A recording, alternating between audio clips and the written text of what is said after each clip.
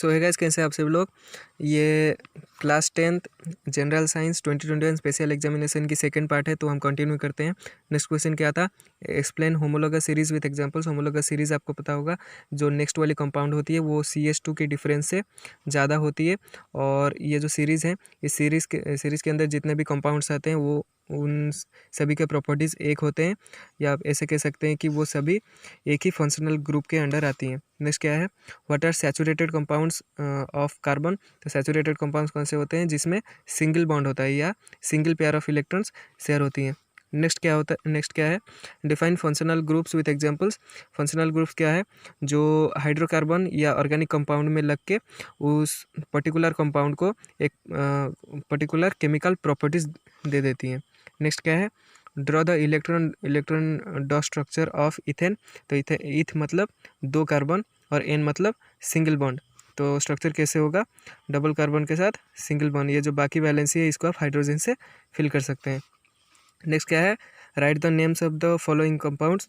यहाँ क्या है, ध्यान से देखेंगे, डबल बॉन्ड है तो इसको आप ऑक्सीमीथेन कह सकते हैं या मिथाइल ऑक्साइड कह सकते हैं। अकॉर्डिंगली इसका नेमिंग भी आप कर दिए होंगे अगर आप नोमेनक्लेचर को अच्छे से पढ़ के गए होंगे।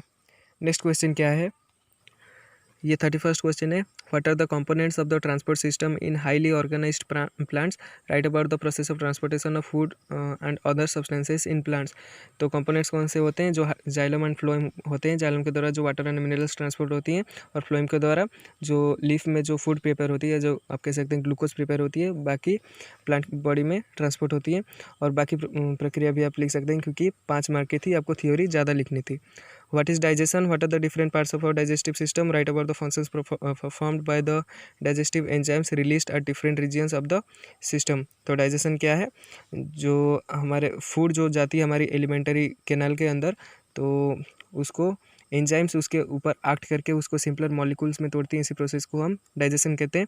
और डिफरेंट पार्ट्स क्या हैं, आप एलिमेंटरी कैनाल के पार्ट्स के साथ बाकी ग्लैंड्स को भी जोड़ के लिख सकते थे। जैसे सपोज आप लिख सकते थे oesophagus, stomach, small intestine, large intestine, rectum वगैरह, और सभी के फंक्शंस आपको लिखना था।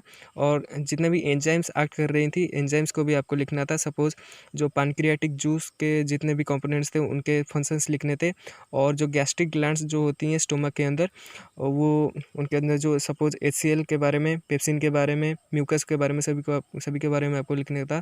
सपोज HCl जो जर्म्स आती हैं फूड के साथ उसको किल करता है, और पेप्सिन क्या करता है, प्रोटीन को डाइजेस्ट करता है। म्यूकस क्या करता है, जो HCl से स्टोमक वाल को प्रिवेंट करके रखता है या बचा कर रखता है। और नेक्स्ट बाकी बातें भी आपको लिखनी है। सपोज बाइल जूस जो लिवर से आता है, वो कहाँ स्टोर होकर रहता है, गॉल ब्लैडर में। और वो जो एसिडिक बन के आती है फूड, उसको अल्कलाइन कर देता है ताकि बाकी एंजाइम्स ऐड हो सकते हैं। आपको पूरी की पूरी थ्योरी लिखनी थी, मैंने तो अभी कम ही बताई क्योंकि 5 मार्क की थी। और नेक्स्ट भी 5 मार्क की एक फिजिकल क्वेश्चन है जो कि लास्ट क्वेश्चन है। यहाँ आपको न्यूमेरिकल बेस्ड क्वेश्चन है यहाँ, बट दोनों सिमिलर क्वेश्चन है। बट यहाँ कॉन्वेक्स मिरर के ऊपर क्वेश्चन दी गई है, और यहाँ कॉनकेव मिरर के ऊपर। तो चलिए मैं सेकेंड वाला करके बताता हूँ। अकॉर्डिंगली आप फर्स्ट वाला भी उसी प्रोसेस से कर सकते हैं। सेकेंड वाला क्वेश्चन क्या है, an object 4 cm in size is placed at 25 cm in front of a concave mirror of focal length 15 cm। तो ऑब्जेक्ट कितने डिस्टेंस में है, 25 सेंटीमीटर फ्रॉम द मिरर, और फोकल लेंथ कितना दिया गया है, 15 सेंटीमीटर। तो ये डायग्राम मैंने कैसे बनाया, क्योंकि फोकल लेंथ है 15 सेंटीमीटर, और सेंटर ऑफ कर्वेचर कितनी होगी, 15 की डबल। तो कितनी होगी ये होगी 30, और ये 30 से कम है और 15 से ज़्यादा है, इसीलिए यहाँ रहेगी सेंटर ऑफ कर्वेचर और फोकल लेंथ के अंदर। तो नेक्स्ट पार्ट क्या है क्वेश्चन का, at what distance from the mirror should a screen be placed in order to obtain a sharp image, the nature and the size of the image. तो question पूछ रहा है, तो मिरर से कितने दूर पर हमें एक स्क्रीन रखना होगा ताकि हम वो जो ऑब्जेक्ट है उसकी शार्प इमेज को पा सकें। तो आप फार्मूला यूज़ कर सकते हैं, 1/v is equal to 1/v plus 1/u is equal to 1/f। तो इसको यूज़ करके आप निकाल सकते हैं आंसर। आपको ध्यान में रखना होगा कि ये डायरेक्शन पॉजिटिव आपको लेनी थी, ये नेगेटिव लेनी थी।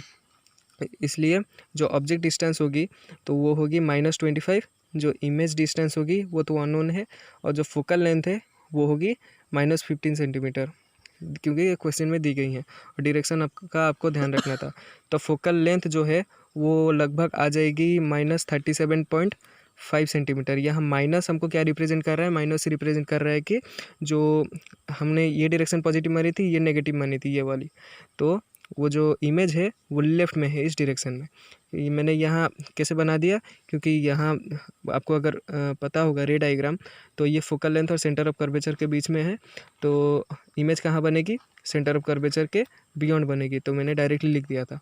तो ये डिस्टेंस कितना मिली हमको, 37.5 सेंटीमीटर। नेक्स्ट क्या है, इमेज के बारे में आपको नेचर और साइज़ पूछी गई थी। नेचर तो आपको इधर ही से पता चले गया कि रियल बनेगी प्लस इन्वर्टेड बनेगी। नेक्स्ट पार्ट क्या है क्वेश्चन का, कि साइज़ बतानी थी। साइज़ आपको पहले मैग्नीफिकेशन निकाल लेना है बाय द फॉर्मूला -b/u। उसको आपको इक्वेट कर देना height of image upon height of object से। हाइट ऑफ ऑब्जेक्ट आपको दी गई है, आपको ध्यान से देखना है, 4 सेंटीमीटर। यहाँ से आप हाइट ऑफ इमेज निकाल सकते हैं, वो आ जाएगी लगभग -6 सेंटीमीटर। अब फिर से यहाँ माइनस क्या रिप्रेजेंट कर रहा है, माइनस यहाँ रिप्रेजेंट कर रहा है कि ये जो इमेज है वो प्रिंसिपल एक्सिस के नीचे है, क्योंकि प्रिंसिपल एक्सिस के ऊपर पॉजिटिव होता है और नीचे नेगेटिव होता है। और ये ऑब्जेक्ट था हमारा 4 सेंटीमीटर का, इमेज है हमारा 6 सेंटीमीटर का। तो क्या रिप्रेजेंट कर रहा है, ये रिप्रेजेंट कर रहा है कि जो इमेज है वो एनलार्ज्ड है। साइज़ के बारे में बात कर रही हैं, एनलार्ज्ड है और उसका लेंथ क्या है, लेंथ है 6 सेंटीमीटर। तो ये था पूरा हमारे जो क्लास 10 2021 स्पेशल एग्जामिनेशन जो हो रही है सेवा की, उसका कंप्लीट सॉल्यूशन पार्ट 1 अगर नहीं देखा होगा तो चैनल पे विजिट करके आप प्लेलिस्ट के सेक्शन में आप देख सकते हैं, वहाँ बाकी वीडियोस की भी लिंक है। तो इंग्लिश के क्वेश्चन पेपर में आपने जो सपोर्ट दिखाया था उसके लिए आपका तहे दिल से शुक्रिया। और आपने अगर चैनल को सब्सक्राइब नहीं किया तो सब्सक्राइब करके रख लेना, क्योंकि आगे भी वीडियोस आने वाली हैं। तो मिलते हैं नेक्स्ट वीडियो में, तब तक के लिए ओके बाय।